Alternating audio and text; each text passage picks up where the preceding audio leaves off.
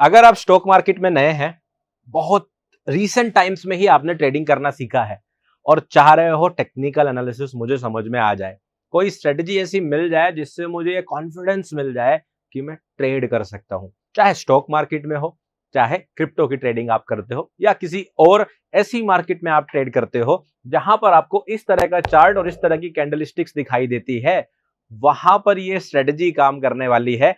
क्योंकि इस स्ट्रेटजी को मैंने तब सीखा था जब मैंने अपनी ट्रेडिंग जर्नी को शुरू किया था और ये वो पहली स्ट्रेटजी थी जिसके बाद मुझे कॉन्फिडेंस आया था कि यार मैं भी ट्रेड कर सकता हूं। तो अगर आप लोगों को एक ऐसी सिंपल आसान स्ट्रेटजी चाहिए तो आज वो मैं बताने वाला हूं। सिर्फ 5 से 10 मिनट के अंदर ये स्ट्रेटजी आप लोगों को बताऊंगा। मेरे सबसे आसान स्ट्रेटजीज में से एक है, बहुत इजी टू यूज है, बहुत आसान है समझने में और जितने लोगों ने सीखी है वो सारे लोग लगभग इसको यूज कर पाते हैं बिना किसी टेंशन के। मैं प्रियांक शर्मा आज आप लोगों को बताने वाला हूं एक सिंपल स्ट्रेटजी जिसको आप टेक्निकल एनालिसिस के लिए, स्कैल्पिंग के लिए, इंट्राडे ट्रेडिंग के लिए यूज कर सकते हैं अपने चार्ट्स पर। यहां पर आज मैं एग्जांपल में आपको स्टॉक मार्केट में जैसे कि इंडेक्स निफ्टी 50 के चार्ट पर भी ये ट्राई करके दिखाऊंगा और क्रिप्टो का एक चार्ट लेंगे बिटकॉइन का, उसके ऊपर भी मैं आपको इसका एग्जांपल जरूर सिखाऊंगा। चलो बात खत्म करते हैं और सीधे चलते हैं स्ट्रेटजी के ऊपर। और कमाल की बात यह है कि ये स्ट्रेटजी जब मैंने अपने YouTube चैनल पर डाली तो आज भी इस स्ट्रेटजी की वीडियो मोस्ट वॉच्ड वीडियो है। मतलब मेरे चैनल पर देखी गई, सबसे ज्यादा देखी गई जो वीडियो है वो इसी स्ट्रेटजी की है। तो कमाल की होने वाली है, बस तैयार हो जाओ, अब फोकस करके यहाँ पर सीखना शुरू कर दो। चलो हम इसमें क्या करेंगे, हम लोग इसमें एक इंडिकेटर यूज करेंगे, ठीक है। और इंडिकेटर होगा EMA। EMA क्या होता है? Exponential moving average. क्या होता है? एक्सपोनेंशियल मूविंग एवरेज, ठीक है। अब मूविंग एवरेज आई होप आप सभी लोग जानते होंगे, बहुत सारे लोग EMA भी जानते ही होंगे, है ना। नहीं जानते, एक मिनट में समझाता हूं। एवरेज समझते हो? कोई डेटा है आपके पास, बहुत सारा डेटा है अलग अलग लोगों का, उसका एवरेज निकालना, ठीक है। उसी तरह से जब प्राइस चल रहा होता है, इस तरह से प्राइस ऊपर नीचे करके चल रहा होता है, तो हम क्या करते हैं, एक पीरियड को सेलेक्ट करते हैं। जैसे लेट्स सपोज इतना पीरियड सेलेक्ट करा और इसका एक एवरेज प्राइस निकालते हैं, ठीक है। इसका हमने एवरेज निकाल दिया। अब जैसे ही नेक्स्ट कैंडलस्टिक बनेगी, नेक्स्ट कैंडलस्टिक बनते ही पीछे से एक कैंडलस्टिक हट जाएगी, उसके बाद एक और कैंडलस्टिक बनेगी तो पीछे से 2 कैंडलस्टिक हट जाएगी। अब जो एवरेज है वो अगले वाले कैंडलस्टिक्स का होगा, पिछले वाले 2 का नहीं होगा। तो लगातार एवरेज निकालते रहने को क्या बोलते हैं? Moving average. मतलब जब आप लगातार एवरेज निकालते रहते हो उसको बोलते हैं मूविंग एवरेज। तो आप जब भी कोई भी ब्रोकर यूज कर रहे हो, ट्रेडिंग व्यू का चार्ट यूज कर रहे हो, तो वहां पर जब आप इंडिकेटर्स चेक करते हो तो इंडिकेटर्स के अंदर आपको आराम से मूविंग एवरेज देखने को मिल जाएगा जो खुद ब खुद ये काम करता है, ठीक है। अब अगर आप इसमें एक्सपोनेंशियल का फॉर्मूला ऐड कर देंगे, अब एक्सपोनेंशियल का फॉर्मूला क्या है? मतलब बेसिकली जो हम मैथमेटिक्स में नहीं पढ़ते थे, लॉग LOG निकालना किसी चीज का, तो उसी तरह से अगर आप वो लॉगरिथम का यूज करके ये बोलो कि भाई हम क्या करेंगे, मान लीजिए ये कैंडलस्टिक है और हमें इसका मूविंग एवरेज निकालना था ही, तो मैं ये चाहता हूं जो लास्ट की कैंडलस्टिक है इसका डेटा ज्यादा यूज हो और जो पिछली कैंडलस्टिक्स है इसका डेटा जो है वो कम यूज हो, ठीक है। वो कम यूज हो, ये थोड़ा ज्यादा यूज हो, ऐसा अगर मैं चाहता हूं तो हम एक्सपोनेंशियल का फॉर्मूला लगाते हैं। वो यहां से थोड़ा सा डेटा लेता है, यहां उससे ज्यादा, यहां उससे ज्यादा, यहां उससे ज्यादा, उससे ज्यादा, उससे ज्यादा, ऐसे करते हुए मूविंग एवरेज के अंदर थोड़ा और उसको रिफाइन कर देता है लेटेस्ट डेटा के साथ। तो मूविंग एवरेज ही होता है EMA, ठीक है। बस इसके अंदर क्या होता है, एक नया फॉर्मूला आप ऐड कर लेते हैं। तो हम क्या करेंगे, हम अपने चार्ट के ऊपर एक इंडिकेटर लगाएंगे, एक्सपोनेंशियल मूविंग एवरेज। आप इंडिकेटर्स में जाकर यहां पर टाइप करके सर्च कर सकते हो, ठीक है। आप इसमें लिखेंगे एक्सपोनेंशियल या फिर सिर्फ EMA लिख दीजिए, सिर्फ 3 वर्ड लिख दीजिए EMA। तो सबसे ऊपर आ गया, देख रहे हो आप, मूविंग एवरेज एक्सपोनेंशियल। आपको बस यही सिलेक्ट करना है, आपने सिलेक्ट कर लिया, क्लिक कर दिया, बात खत्म, आपका काम। अब आपका चार्ट आपके मर्जी से चलेगा, ठीक है। अब क्योंकि मैं यहाँ पर निफ्टी 50 का चार्ट यूज कर रहा हूँ और सेबी के नियम के हिसाब से हम लोग एजुकेशनल पर्पस के लिए 3 महीने का डेटा लेटेस्ट यूज नहीं कर सकते, ठीक है। तो मैं 3 महीने पिछला डेटा यूज करूंगा। हम लोग इसके लिए रिप्ले मोड यूज करेंगे और 3 महीने पीछे चले जाएंगे। अभी क्या चल रहा है, मई चल रहा है, तो चलो ठीक है, हम फरवरी तक का डेटा हटा देते हैं। ये रहा 1 फरवरी, चलिए पूरा फरवरी ही उड़ा देते हैं। ये लीजिए। तो मैंने 1 फरवरी तक का डेटा हटा दिया। अब आप 3 महीने पीछे आ गए, तो अब हम यहां से, ठीक है, यहां से हम लोग चेक करेंगे इसको। अब क्योंकि हम इसको इंट्राडे के लिए यूज कर रहे हैं, इसलिए हम टाइम फ्रेम यूज करेंगे छोटा, और मैं इसके लिए यूज करता हूं 5 मिनट। अब आपके मन में क्वेश्चन आएगा, क्या 5 मिनट पे ही काम करेगा? नहीं, ये 1 मिनट पे भी काम करेगा, 3 मिनट पे भी करेगा, 5 पे भी करेगा, 15 पे भी करेगा, 1 दिन के चार्ट पर भी करेगा। तो टाइम फ्रेम का टेंशन नहीं लेने का, ठीक है। आपको जिस पे मन है उस पे यूज करो, कोई दिक्कत नहीं है। मैंने फिर 5 मिनट का ही क्यों लिया सर, जब आप कह रहे हो कोई सा भी यूज कर सकते हैं। 5 मिनट का लेने का जो यूज है, पर्पज ये है कि 5 मिनट पे थोड़ा ठीक ठाक सेटअप मिल जाते हैं। एक दिन 6 घंटे मार्केट चलती है, तो आप उसके अंदर कम से कम 1 या 2 सेटअप तो ढूंढ पाओ, है कि नहीं। 15 मिनट पे कभी एक ही बनेगा, कभी एक भी नहीं बनेगा। 1 मिनट पे 2-3 बन सकते हैं। 5 मिनट पे चांसेस ही रहते हैं कि एक सेटअप आपका बन सकता है, इसलिए मैं 5 मिनट यूज करता हूं। प्लस जब एक बिगिनर आता है, नया नया बंदा आता है, पहली बार इन चार्ट्स को देख रहा होता है, उसका पहले ऐसे दिमाग खराब रहता है कि पता नहीं क्या चीज मैं देख रहा हूं, कैंडल स्टिक सीख रहा हूं, है कि नहीं। तो उस वक्त आपको चीजें आसान चाहिए। 5 मिनट की कैंडल स्टिक को बनने में 5 ही मिनट लगता है, तो आपको सोचने समझने के लिए टाइम मिल जाता है, ठीक है। ये रीजंस हैं। तो हमने क्या करना है, हमने जैसे ही ये मूविंग एवरेज लगाया है, इस मूविंग एवरेज के अंदर सेटिंग्स चेंज करनी है। तो आपको क्या करना है, मूविंग एवरेज के सेटिंग्स आप या तो यहां से इंडिकेटर से, या फिर इसी मूविंग एवरेज पर क्लिक करके ऐसे ओपन कर सकते हो। यहां पे बोर्ड की वजह से ओपन नहीं हो रहा है, तो मैं सेटिंग से ही ओपन कर लेता हूं। ये मैंने सेटिंग्स क्लिक किया, सेटिंग्स आ गई, ठीक है। जब आप लगाते हो तो डिफॉल्ट अक्सर आपको 9 मूविंग एवरेज मिलता है। इसका मतलब ये है कि ये लास्ट की 9 कैंडल स्टिक्स को यूज कर रहा है। हम लोग क्या यूज करेंगे, हम लोग यूज करेंगे 21। क्या यूज करेंगे, 21, ठीक है। हम लोग यहां पर 21 EM में यूज करेंगे और ओके कर देंगे।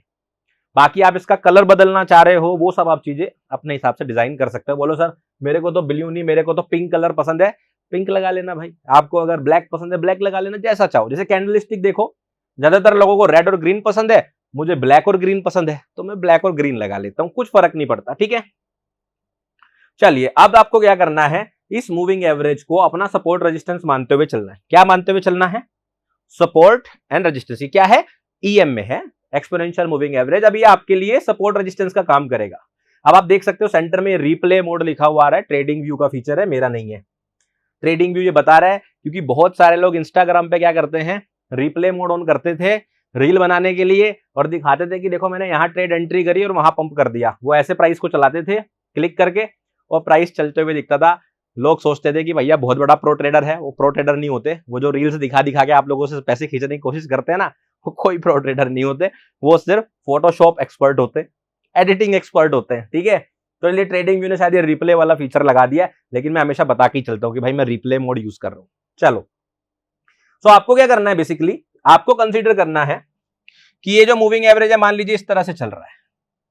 क्लियर है, मूविंग एवरेज इस तरह से चल रहा है, ठीक है जी। अब हमें क्या करना है, हमें यूज करना है प्राइस। तो मैं कलर बदल लेता हूं, पेन का रेड कलर यूज करेंगे। ये मेरा मूविंग एवरेज है। क्या है ये, मूविंग एवरेज है। अब प्राइस जो चल रहा होगा या तो इसके ऊपर होगा या तो नीचे होगा, एक डायरेक्शन में होगा। तो आपको क्या करना है, मान लीजिए प्राइस ऊपर से आ रहा है, प्राइस ऊपर से नीचे की तरफ आ रहा है, तो आपको क्या करना है, जैसे ही कैंडल स्टिक इसके नीचे क्लोज करती है, अब जब इसके नीचे क्लोज करेगी तो ये कैसी कैंडल स्टिक होगी, बेरिश कैंडल स्टिक होगी, यानी कि डाउन क्लोज कैंडल स्टिक होगी। जैसे ही कैंडल स्टिक क्लोज करे तो आपको तैयार हो जाना है, आपका सेटअप बनने वाला है।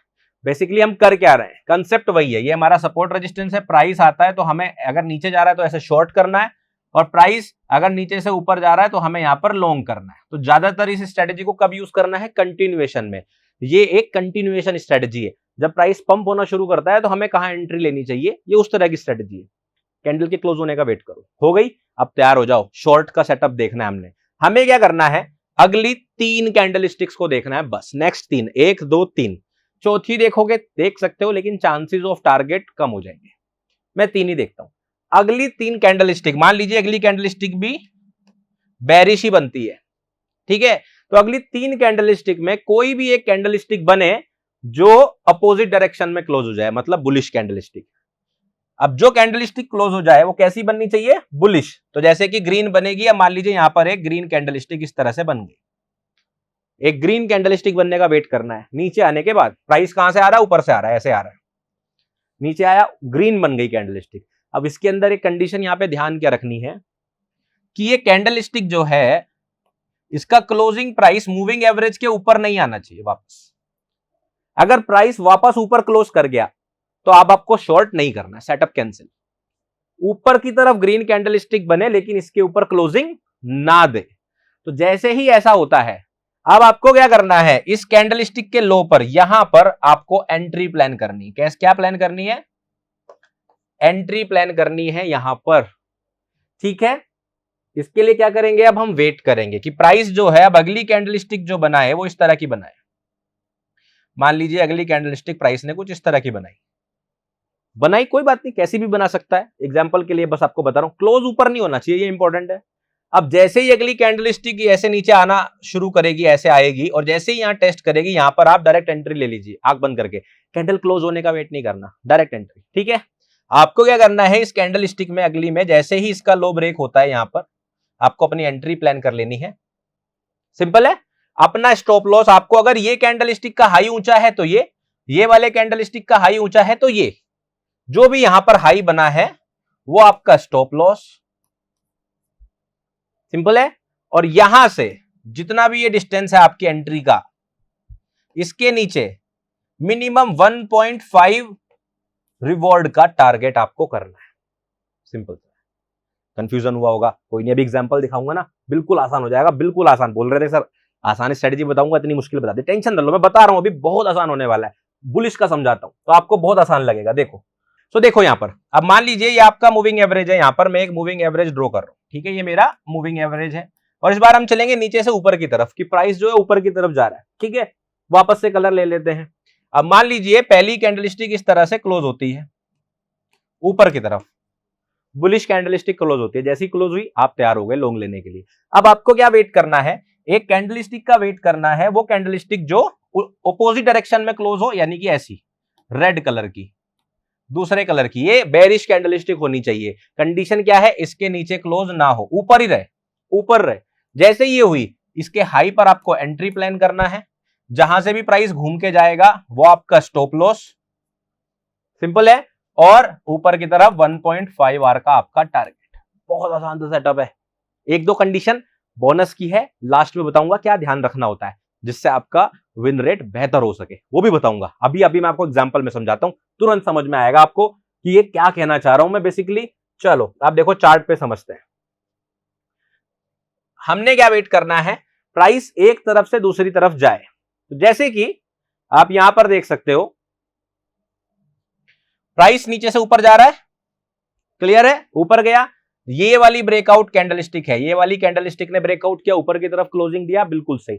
जैसे ही इस कैंडलस्टिक ने ऊपर की तरफ ब्रेकआउट दिया, ये वाले कैंडलस्टिक ने, आपको तैयार रहना है कि कोई अब डाउन क्लोज कैंडलस्टिक बन जाए। मान लीजिए डाउन क्लोज कैंडलस्टिक यहां बन जाती है, अभी बनी नहीं है, देखो सारी ग्रीन है, कोई भी डाउन क्लोज बनी नहीं, लेकिन अगर बन जाती तो बस इसका हाई आपका एंट्री होता, ये लो आपका स्टॉप लॉस होता, और 1.5 आर आपका टारगेट होता।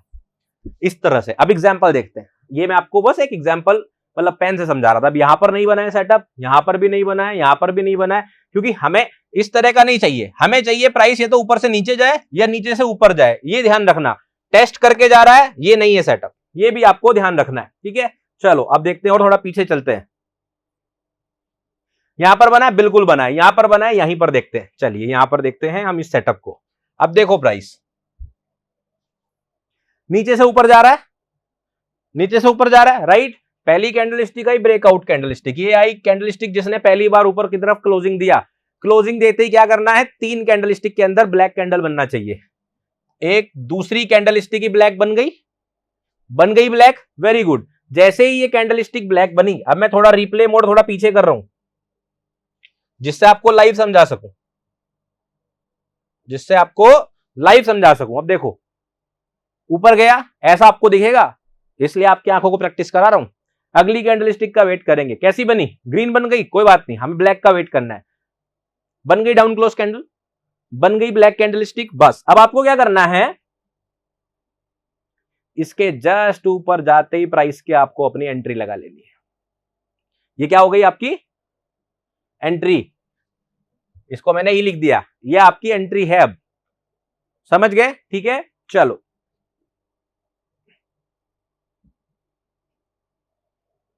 आ गई आपकी एंट्री आ गई। अगर ये आपकी एंट्री यहां पे आ गई, मान लो आपने 1-2 पॉइंट ऊपर नीचे 255 260 के आसपास आपने बाई कर लिया, स्टॉप लॉस क्या रहेगा, स्टॉप लॉस रहेगा आपका ये वाले कैंडलस्टिक के लो के नीचे, तो ये है 241। अब एक दो पॉइंट थोड़ा सा नीचे रख लेना, 240 238 के आसपास रख लेना स्टॉप लॉस। ये 239 हो गया, ये आपका स्टॉप लॉस, इसका लो ही आपका स्टॉप लॉस है, सिंपल। और मिनिमम 1.5 आवर का टारगेट रखना है। अब मान लेते हैं आपने थोड़ा सा ऊपर एंट्री लिया यहां पर, क्योंकि जब आप प्रैक्टिकली लेते हो थोड़ा टाइम लगता है, राइट। हालांकि जिनको बाई स्टॉप ऑर्डर यूज करना आता है वो बाई स्टॉप लगा सकते हैं, वो परफेक्ट एंट्री ले सकते हैं, ठीक है। मेरा स्टॉप लॉस क्या रहेगा, ये मेरा स्टॉप लॉस है, सिंपल है। मिनिमम 1.5 आवर का टारगेट, मिनिमम 1.5, ये मेरा पहला टारगेट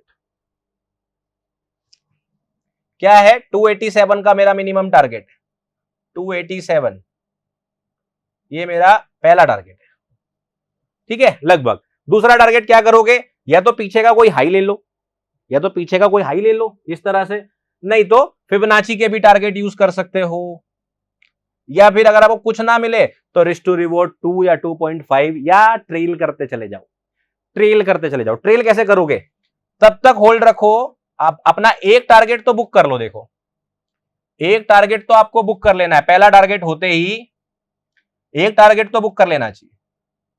जैसे ही आपका पहला टारगेट हो एक टारगेट बुक कर लो, एक पोजीशन बुक कर लो हाफ, बाकी को ट्रेल कर दो। ट्रेल कैसे करोगे, या तो स्टॉप लॉस यही रखो, या फिर वेट करो कि प्राइस इसके नीचे कब क्लोज होता है, जब इसके नीचे क्लोज होगा तब हम पोजीशन काट देंगे, सिंपल सा है, ठीक है। चलो देखते हैं,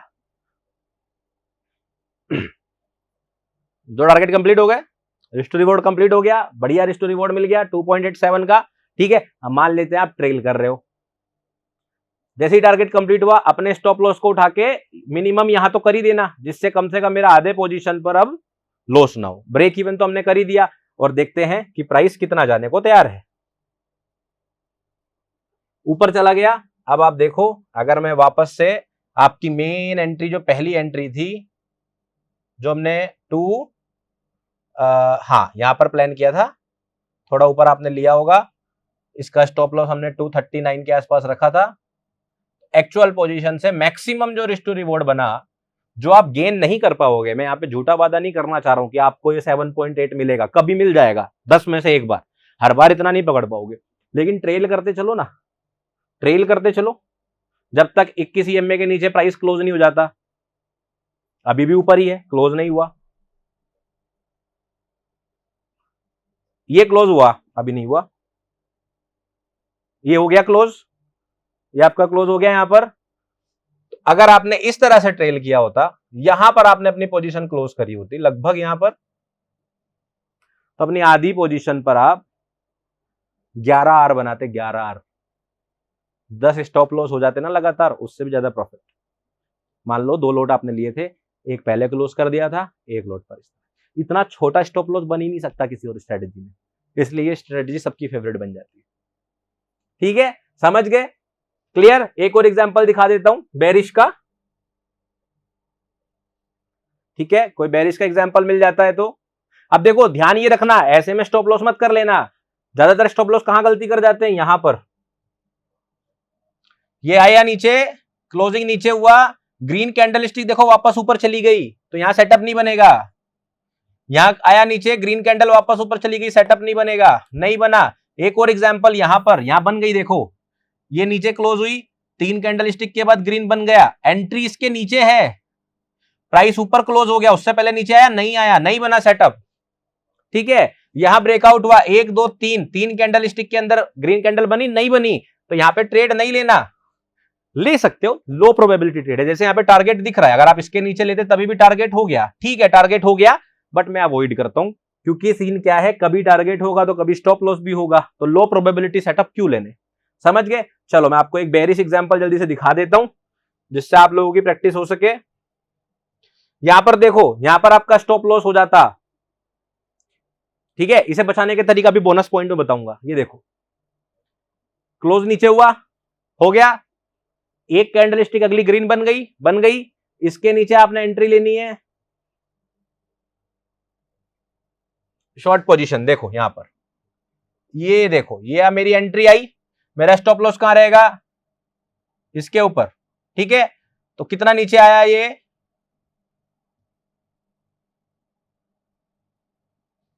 पूरा 1 आर आया, 1.5 नहीं आया, 1 आर आया, यहां पे स्टॉप लॉस हो जाता, लेकिन स्टॉप लॉस होता नहीं। क्यों नहीं होता वो बताऊंगा। अगर ध्यान से देखोगे तो यहां दिन ही खत्म हो गया, अगला आपका ब्रेक इवन होता, स्टॉप लॉस नहीं होता। इंट्राडे तो करोगे ना इस तरह से। तो इसके अंदर एक कंडीशन आती है जो बाद में बताता हूं, यही बताते हुए चल रहा हूं कि कोशिश ये करो इस ट्रेड को 2:30 बजे के बाद अवॉइड करो, 245 के बाद तो बिल्कुल अवॉइड करो। 240 235 कैंडल स्टिक में बन रहा है तो ट्रेड कर लो, क्योंकि लास्ट में मार्केट साइडवेज हो जाती है। दूसरा क्वेश्चन कि सर अगले दिन के लिए लेके जाऊं क्या? नहीं, क्यों लेके जाओगे भाई, ये इंट्राडे के लिए, समझ गए? ठीक है, क्लियर। चलो अब बात करेंगे, कोई बेरिश सेटअप देख रहा है तो वो बता देता हूं आपको मैं। जैसे यहां पर मार्केट देखेंगे, ये रहा हमारे पास, ये देखो प्राइस ऊपर से नीचे आया, 1 2 30, तीसरी कैंडल ग्रीन बन गई, तीसरी कैंडल। इसके लो पर हमारी एंट्री होगी, यहां पर इस लो पर एंट्री होगी, ठीक है जी, शॉर्ट पोजीशन। ये मेरी एंट्री इसके लो के नीचे मैंने प्लान कर ली। मेरा स्टॉप लॉस कहां होगा? ये हाई के ऊपर, थोड़ा सा ऊपर, ये मेरा हाई के ऊपर होगा। अब इसमें मिनिमम 1.5 आर पे मुझे टारगेट क्लोज करना है, 1.5। ये मेरा पहला टारगेट और ये मेरा दूसरा टारगेट ट्रेल किया मैंने, जब तक क्लोज ना हो जाए ऊपर। इंट्राडे के अंदर यहां पे क्लोज ही हो गई मार्केट, यहां मार्केट क्लोज हो गई 2.35, ठीक है। अब इस बीच में एक सिचुएशन आई ये वाली, यहां देखो, ये चीज भी सिखा रहा हूं, ये क्वेश्चन आएगा दिमाग में आपके, बहुत पास से इसको जूम करके दिखाता हूं आपको। अगर ध्यान से देखोगे, कैंडल ऊपर क्लोज नहीं हुई है, ओपन हुई है। ग्रीन कैंडल स्टिक इसके नीचे क्लोज हुई और जो ब्लैक कैंडल स्टिक है उसका क्लोजिंग प्राइस नीचे होता है, समझ गए? तो यहां पे इनवैलिड ट्रेड नहीं हुई थी। क्लियर हो गया? चलो ये हुई बात स्टॉक्स की, ठीक है। अब मैं आपको जल्दी से इसका क्रिप्टो में भी एग्जांपल दिखा देता हूं। क्रिप्टो में रिप्ले मोड बीच में नहीं आएगा। क्रिप्टो के अंदर अभी ऐसा कोई नियम नहीं बना है कि आप लाइव चार्ट पे दिखा सकते हो कि नहीं दिखा सकते हो। चलो तो बीटीसी में दिखा देते हैं, ठीक है। सेम सेटअप है, यहां पे मैं 15 मिनट के चार्ट पे आपको दिखा रहा हूं, टाइम फ्रेम भी आप लोगों का दिमाग में फिर आता है, ठीक है। 15 मिनट के चार्ट पर दिखा रहे हैं। चलो यहां तो अभी कोई सेटअप नहीं बना हुआ है, ये देखो ऊपर गया, यहां पर देखो, यहां ध्यान रखना, ऐसे भी गलतियां बहुत सारी होगी। ये ऊपर कैंडल स्टिक बनी, ब्लैक बनी और इसके आई पे ट्रेड एंट्री ले ली और टारगेट भी होते हुए दिख रहा है, ये सेटअप नहीं है। टारगेट हो रहा है लेकिन मैं आपको गलत नहीं बताऊंगा, ये सेटअप नहीं है। क्यों? ये देखो इस कैंडल स्टिक का क्लोजिंग कहां हो रहा है? ईएमए के नीचे हो गया है, तो ये सेटअप नहीं है। ये ध्यान रखना है, छोटी छोटी चीजें हैं। जब धीरे धीरे प्रैक्टिस करोगे ना तो ऑटोमेटिकली आंखों को आदत बन जाएगी, और जब आदत बन जाएगी तो काम बन जाएगा। चौथी कैंडल बन रही है, टारगेट भले ही दिख रहा है, ट्रेड नहीं करना, पहली 3 में करना, बाद में करना चाहो कर लो। देखो मैं मना नहीं कर रहा हूं कि आप नहीं कर सकते, बस प्रोबेबिलिटी थोड़ी सी लो रहेंगी, या प्रोबेबिलिटी लो रहेंगी तो फिर चांसेस वही है कि आप गलती कर बैठोगे। यहां देखो, यहां बन रही है ट्रेड, ये देखो आप, प्राइस ऊपर से नीचे क्लोज हुआ, ग्रीन कैंडल स्टिक बनी नीचे, इस ग्रीन कैंडल स्टिक के लो पे हमने ट्रेड प्लान कर ली। ये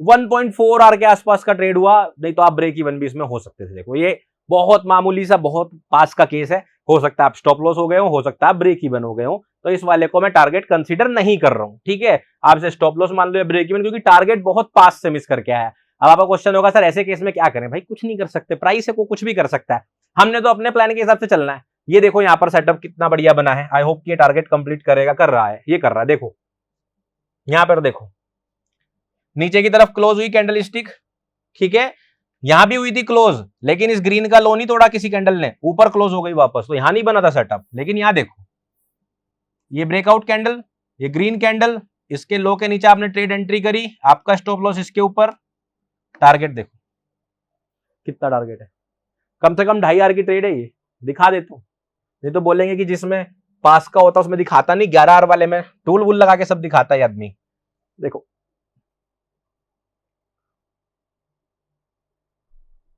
थोड़ा पास में ऐसे स्टॉप लॉस रखेंगे। अभी एक बोनस पॉइंट बाकी है, वो बताना बहुत जरूरी है। कितने आर की ट्रेड है? 3.3 आर में, तो 2.5 कह रहा था। सीख गए, समझ गए।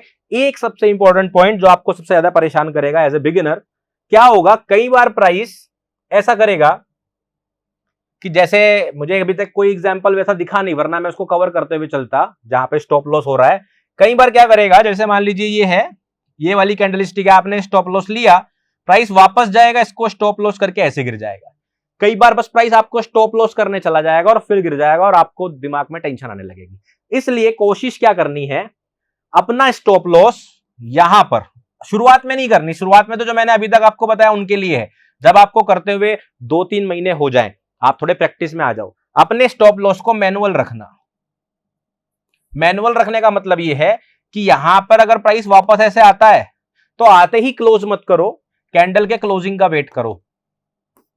स्टॉप लॉस के लिए, स्टॉप लॉस के लिए कैंडल के क्लोजिंग का वेट करो। कई बार प्राइस इसके ऊपर बस ऐसे विक मार के नीचे चला जाएगा, उसको अवॉइड करने के लिए। यहां पे एक दिक्कत और आएगी।